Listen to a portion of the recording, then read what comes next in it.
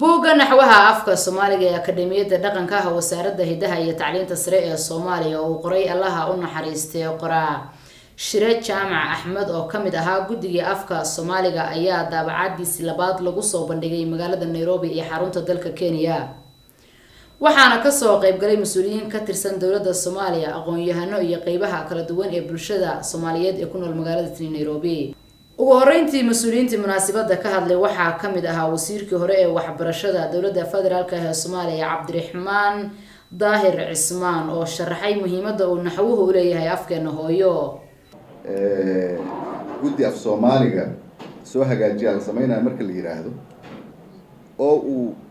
Shire hadduu noolaan lahaa waa ku guddigii oo lagu dagaalamayo oo la leeyahay aniga qof iigee midka kale qof iigee guddi hala qaybsado macnaheedu maaha marka af Soomaali guddigaas ay ka shaqeynayaan laakiin waxa lagu dagaalamayaa guddigaas qof lagu darsado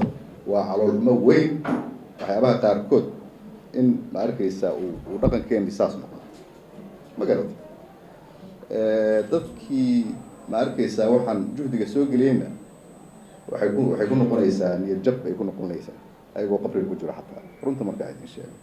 marka waxaa la dadka Soomaalida in ay ka fakeraan qaabkii annagana aan jiritaankeena aanu ilaashan lahayn luqadeena iyo isirkeena aan usii haysan lahayn aysan nooga hormarin. qoraa Calas Maxamuud Jaamac oo ah qoraaga dib u habeynta ku sameeyay buugga naxwaha afka Soomaaliga ee uu qoray Allaha u naxariistay qoraa Shire Jaamac Axmed ayaa dadweynaha u faahfaahiyay farqiga u dhaxeeya qaybtii koobaad ee buuggan iyo daabacada qaybta labaad. يعني نحويه tilmaamaya oo kelmadihi naxwa tusaalooyin waa leeyahay chapter walbaba wuxuu leeyahay casharo exercise iyo tusaalaha eray bixinna waa leeyahay kelmado uu erayo u bixinayo marka waxay anigu aan oran karaan soo koobaya hadalkayga u gaani waa naga soo daahay runtii waqti hore inaan waxaan ahayd aan dib u fiirin oo dib loo daabaco wasaaradana wasiir Cabdiraxmaan waa uu noo sheegay waxa weeye guddigeedii baan ka sugeynaa guddiga 4.5 lagu qaybsado inay gartaan baaragti waxa ka maqan marka. Shukri Maxamuud Afrax wasiir dowlaha wasaaradda tamarta iyo biyaha Soomaaliya ayaa sheegtay in baahi weyn loo qabay buuggan isla markaana ay daabacadan ku soo aaday xilli baahi weyn loo qabay. af Soomaaligi oo aan ognahay markii la qorahay hadda in looga baahi badan yahay way markii la qorayo la raadinay waxay ahayd mar dadka Soomaaliyeed dalkooda ay iyagu wada joogaan qof walba awowgii iyo habaryartiisii ee dadis baadiye uga imaanayaan aabi hooyo gurigii joogaan wax dibadda aad ay nagu yaraayeen laakiin maanta iska dhaaf caruurtii generationadii dhashay wixii ka dambeeyay burburkii dalka ee dadkii waaweynaaba af Soomaaliga ka lumay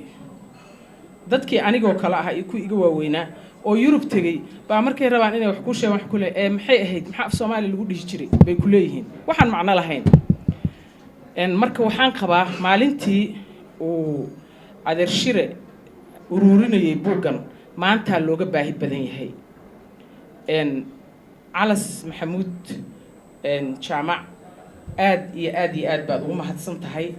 maalintaas uu adeerka ururiyay maantay ka fiican tahay sida aan sheegay in af Soomaaligi dib loo waxeeyo oo loo soo abaabulo waxaad arkaysaa hadda aniga Soomaaliya u badanahay Muqdisho u badanahay marar badan markaan dhageysto raadiyaasha waa naxa af Soomaaliga sida loo bedelay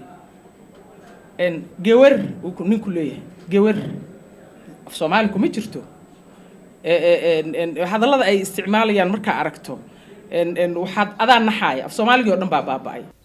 Hodman Cadceed Geele telefishinka iyo raadiyaha qaranka magaalada Nairobi.